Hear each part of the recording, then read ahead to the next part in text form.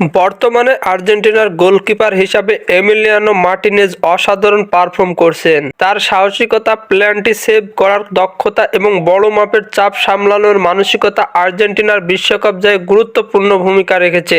তবে 2026 বিশ্বকাপের পর আর্জেন্টিনাকে নতুন গোলকিপারের সন্ধান করতে হবে। সেই প্রসঙ্গে একটি সম্ভাবনার নাম উঠে আসছে, তিনি হলেন লিয়ান্ড্রো বে। লিয়ান্ড্রো বে ইতিমধ্যে ক্লাব ফুটবলে নিজের প্রতিভার ঝলক দেখিয়েছেন। মাত্র 21 বছর বয়সে তার প্রতিরোধ ক্ষমতা, বল সেভ করার গতি এবং খেলার প্রতি গভীর মনোযোগ তাকে ভবিষ্যতের তারকা হিসাবে গড়ে তুলেছে। তার সবচেয়ে বড় শক্তি হলো ঠান্ডা মাথায় খেলা সামলানোর ক্ষমতা, যা একজন বড় মাপের গোলকিপারের জন্য অত্যন্ত বৈশিষ্ট্য। আর্জেন্টিনা ফুটবল অ্যাসোসিয়েশনকে এখন থেকে লিয়ান্ড্রো বের উপর নজর দিতে হবে। তাকে জাতীয় দলের ক্যাম্পে অন্তর্ভুক্ত করে ধীরে ধীরে মার্টিনেজের কাছ থেকে শেখার সুযোগ দিতে হবে। ভবিষ্যতে মার্টিনেজের যোগ্য উত্তরসূরি হিসাবে বের যে গুরুত্বপূর্ণ ভূমিকা পালন করতে পারেন তা নিশ্চিতভাবেই বলা যায়। তবে এর পাশাপাশি বের ক্লাব ফুটবল ক্যারিয়ারের আরও উন্নত করতে হবে।